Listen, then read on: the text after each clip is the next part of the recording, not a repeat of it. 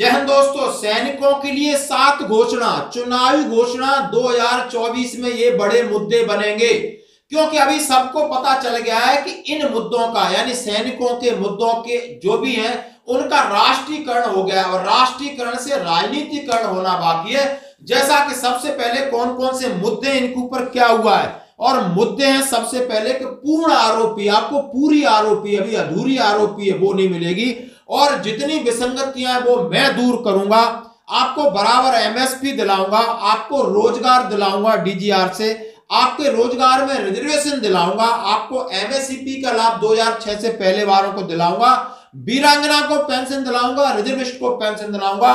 और ये है आगामी चुनाव 2024 में जवानों और पूर्व सैनिकों के लिए गारंटी है। ये राष्ट्रीय प्लेटफॉर्म पे खड़ा होकर आवाज उठाइए। और आपके सबसे पहले हम कल आपको जंतर मंतर ले चलते हैं, जहां पर हमारा एक फौजी है और कैथल से आए हैं, पूर्व सैनिक एसोसिएशन के। बहुत अच्छी बात उन्होंने कही है, बहुत सकारात्मक बात कही है कि हमारा अनुशासन गहना है।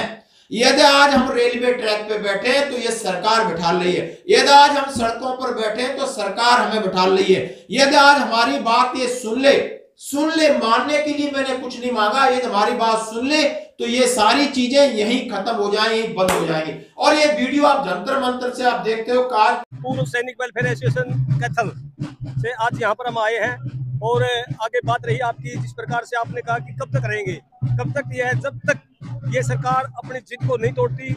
और जो हमने मांग रखी हुई है 3 सिटिंग जजों की, भी वो कमेटी आए और 3 महीने के अंदर वो कर दे तो उसी टाइम उठा देंगे हम। इसमें हमारी कोई किसी के साथ में जिदबाजी नहीं है। 30 फरवरी को आप सभी को मालूम है आज 303 दिन हो गए। उस टाइम से हम अपने डिस्ट्रिक्ट लेवल पर भी, तहसील लेवल पर एमपीज को और कई संगठनों हमारे साथ में, हमारे साथियों ने रैली भी की है, सब कुछ किया है। और हमने भी 25 तारीख को पीछे रेल रोको आंदोलन किया था, रेल भी रोकी गई थी, सफल प्रदर्शन था। सब काम होने के बाद में भी ये सरकार इनकी तरफ ध्यान नहीं दे रही। 304 दिन होने वाले हैं और हमारा काम है, हम अपनी मांगों को लेकर सरकार को चाहते हैं कि वो अपना ध्यान आकर्षित करे और हमारी मांगों को सुने और एक जुडिशियल कमेटी बिठाए रिटायर्ड जज की।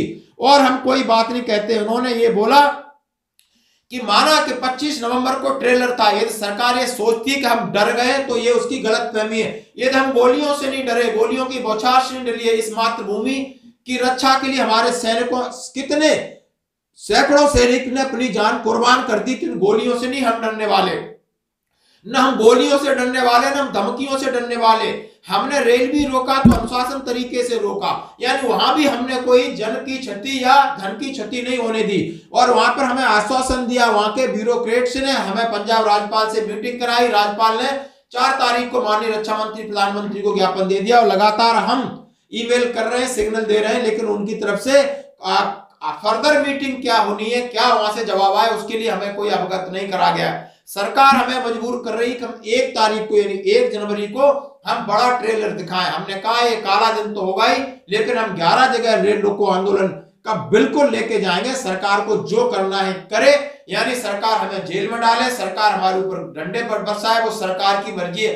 हमें सरकार मजबूर कर रही है, हम सरकार को मजबूर नहीं कर रहे। ये देखने वाली बात है, इस वीडियो को सुनना। अभी आइए मैं बात करता हूं जरा इसको आपको सुनना होगा कि आखिर ये मांगों का ऐलान किया किसने, जरा सुनिए। देश की सुरक्षा से खिलवाड़, उन्होंने कहा है मोदी सरकार देश की सुरक्षा व्यवस्था से खिलवाड़ कर रही है। उन्होंने कहा है कि मोदी सरकार द्वारा सेना का राजनीतिकरण, सेना से सुरक्षा के अलावा सेल्फी पॉइंट, मेरी माटी मेरा देश सरकारी योजनाओं का प्रचार, देश में युवाओं के लिए घातक योजनाएं, डिसेबिलिटी पेंशन में कटौती, देश में पूर्व सैनिक के सरकारी विभागों में 7.5 लाख पद खाली, पूर्व सैनिकों के लिए स्थायी कमीशन की मांग, ओआरओपी 1 और 2 की व्याप्त विसंगतियों को दूर करने के लिए उन्होंने कहा है। सरकार ने सैनिकों में टकराव की स्थिति पैदा कर दी है। अग्निवीरों को भी उन्होंने बात करते हुए उन्होंने कहा है कि हम क्या है कि कांग्रेस सरकार की आगामी चुनाव 2024 में जवानों और पूर्व सैनिकों के लिए गारंटी, यूपीए 2 द्वारा पूर्ण आरोपी दिलवाना, ओआरओपी 2 की विसंगतियों को दूर करके जेएसयू जवानों की पेंशन में बढ़ोतरी करवाना, एनएफयू व समान एमएसपी लागू करवाना, एमएसीपी की अधिकतम दरों पर पेंशन लागू करवाना, 7,70,000 सैनिकों को आरक्षित पदों को भरवाना, महिला वीरांगनाओं व रिजर्विस्ट की पेंशन को बढ़ाना। यानी ये मामला अब आपका राष्ट्रीय राजनीति पर चला गया है। जैसे कि कांग्रेस सरकार भी उसका रवैया भी ढुलमुल रहा है और ये सब विसंगतियां भी उसी की देन है। और अभी उसने मुंह की खाई है, बहुत उल्टी गिरी है राजस्थान में, मध्य प्रदेश में, छत्तीसगढ़ में।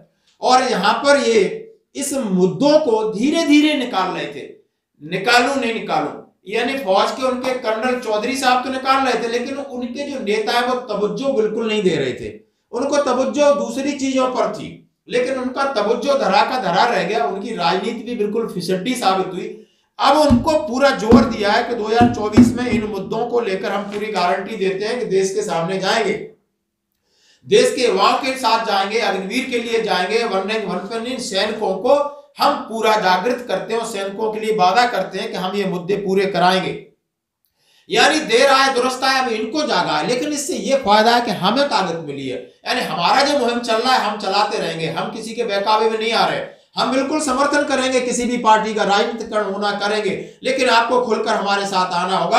आपको जंतर मंतर पर या जहां कहीं भी सैनिकों की रैली होती है उसका आपको प्रचार प्रसार करना होगा, उसकी आप बात सुनी होगी। आप नहीं, आपका पूरा नेतृत्व, यानी जितना भी है, किसी भी दूसरी पार्टी, हम ये नहीं कह रहे हमारी बातें उठाओ इसीलिए नहीं, आपको लगता है कि आपके साथ अन्याय है, लगता है कि सरकार सेना का राजनीति कर रही है, यदि आप देश के नेता हैं, यदि आप सैनिकों को इज्जत करते हैं, तो आपको ये मुद्दे संसद में भी उठाने चाहिए जोर शोर से। आप संसद में चुप हो, कहीं ना कहीं आपके दिल में भी खोट है। धन्यवाद। पूर्व सैनिक वेलफेयर एसोसिएशन कैथल से आज यहाँ पर हम आए हैं और आगे बात रही आपकी, जिस प्रकार से आपने कहा कि कब तक रहेंगे, कब तक ये है, जब तक ये सरकार अपनी जिद को नहीं तोड़ती। और जो हमने मांग रखी हुई है 3 सिटिंग जजों की, भी वो कमेटी आए और 3 महीने के अंदर वो कर दे तो उसी टाइम उठा देंगे हम। इसमें हमारी कोई किसी के साथ में जिदबाजी नहीं है। 30 फरवरी को आप सभी को मालूम है आज 303 दिन हो गए। उस टाइम से हम अपने डिस्ट्रिक्ट लेवल पर भी, तहसील लेवल पर एमपीज को और कई संगठनों हमारे साथ में, हमारे साथियों ने रैली भी की है, सब कुछ किया है। और हमने भी 25 तारीख को पीछे रेल रोको आंदोलन किया था, रेल भी रोकी गई थी, सफल प्रदर्शन था। सब काम होने के बाद में भी ये सरकार इनकी तरफ ध्यान नहीं दे रही। हमारा यही है भाई, इनकी तरफ ध्यान दो, हमारी मांगों को पूरा करो।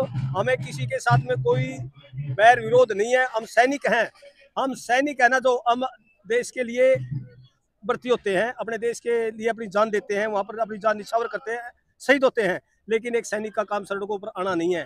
ये सरकार है जबरदस्ती हमारे से रोडों के ऊपर हमारे को बिठा रही है और हमारे को रेलवे ट्रैकों पर बिठा रही है। ये बहुत ही अशोभनीय बात है। जिस देश का सैनिक अगर सड़कों के ऊपर आता है, रेल ट्रैकों पर आता है, तो इससे और दुर्भाग्य है उस देश का क्या होगा। स्टेशन के ऊपर ट्रैक को रोका, रेलों को रोका, हमने बिल्कुल शांतिपूर्वक उसमें कार्य किया, बिल्कुल डिसिप्लिन में रहकर, जैसे कि एक फौजी आदमी रहता है उसी प्रकार से।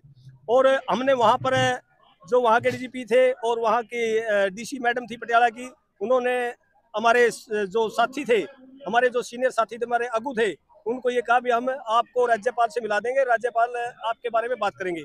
वो सभी हमने उनके ऊपर ही छोड़ दिया था। वो सभी बातें वहाँ पर छोड़ने के बाद में भी उसका रिजल्ट क्या निकला, 0।